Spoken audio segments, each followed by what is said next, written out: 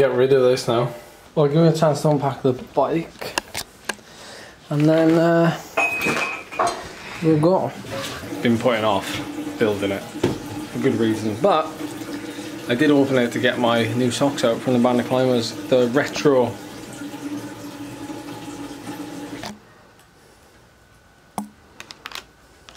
Can I just say, well, I've got your attention for the first 5 minutes of this video. This Shopbox bike box, which is the first time I've ever used it, they did provide me with the box, so full disclosure, but I can't see how I've travelled without it sooner. It is literally so easy, so quick, and so like perfect at transporting around, and of course has kept my bike perfectly intact.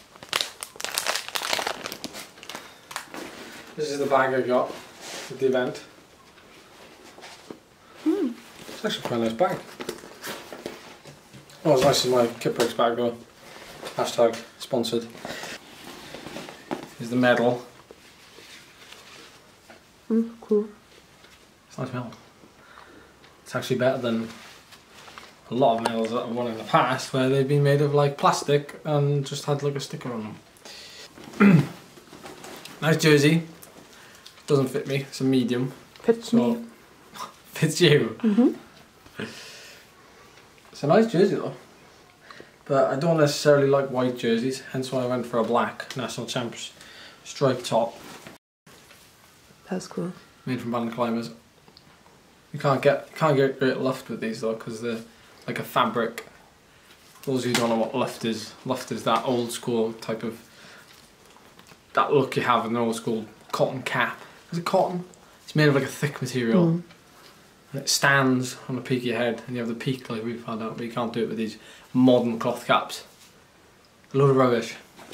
Actually, we had this, which I didn't stick on my bike. I thought I'd keep it as a like a memento. It's the actual route cue sheet thing. I don't know what. Am I sticking it on the bike box? That'd be nice, wouldn't it?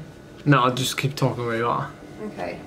I have volunteered. Like, part of why I didn't volunteer initially was because we didn't know what was happening. I thought you were going to be working. Yeah, we didn't know what was happening with my job, because there was a big push to get us all on the emergency register. And you know, I am a little bit disappointed, I am a little bit frustrated, and I am a little bit like, you know, that's it. But that's the type of person I am. Like, I draw the line. I know we could have done better. We couldn't have done better because there's multiple things we could have done differently, but we couldn't do them.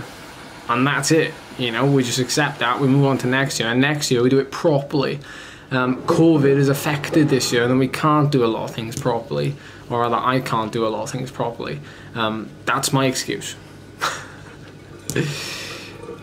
And anyway, I'm going to end the clip now because the washing machine is making a lovely noise in the background. Anyway, I don't want you commenting down below, I don't want you commenting down below, like, you know, don't feel bad, you know, I don't feel, don't worry, I'm not looking for sympathy. We've been through more difficult situations than this. I'm just like, the main reason that I documented everything that I did at the event, even like warts and all, and then I documented like, you know, the post-ride analysis, which a lot of people wouldn't do, but I document it in its rawest form because you can learn from that more than anything else. You know, if you want to go out there and do that event, you can learn from that. You know, why would I keep that to myself as an advantage? There's no point. You have the chance to learn from it just like I do. We're all equal.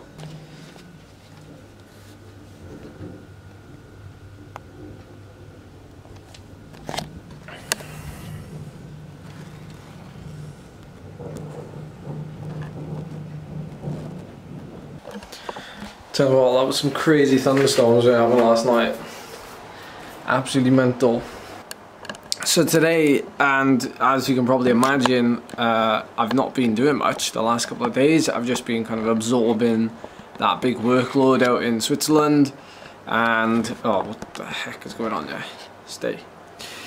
So, yeah. It's been pretty chill, to be honest. I've been like catching up on stuff that I've missed over the weekend. You know, the usual kind of admin stuff.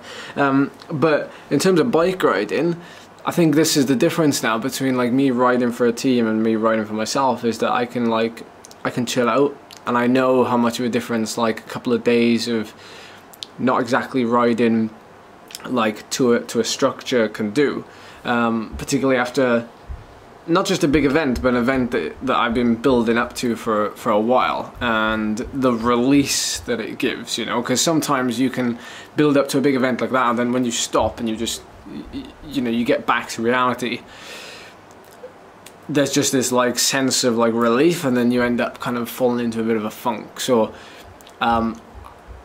the training side of it, I'm not stressed, so we just did like two rides, like yesterday and the day before. Me and Charlie, we did like 1 hour rides and a couple of short hard efforts. Tonight though is my first hill climb of 2020, and it's with Bynea Cycling Club, so it's a club hill climb. It's not an open event. It's on the climb that we did the Everesting on a couple of weeks ago. It's Tramsaran Hill. It's like 1.1, 1.2k at like 10%, but it gets a lot steeper in the last kind of 600-700 meters.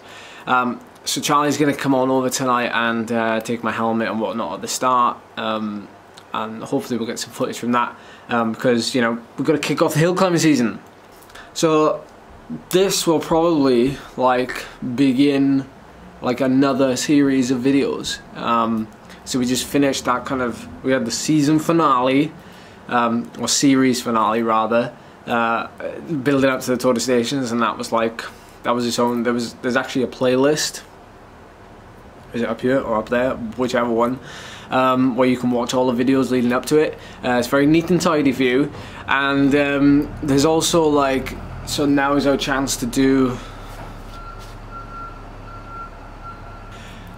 there's also a chance to do now like the hill climbing series, so that kicks off now, I'm guessing.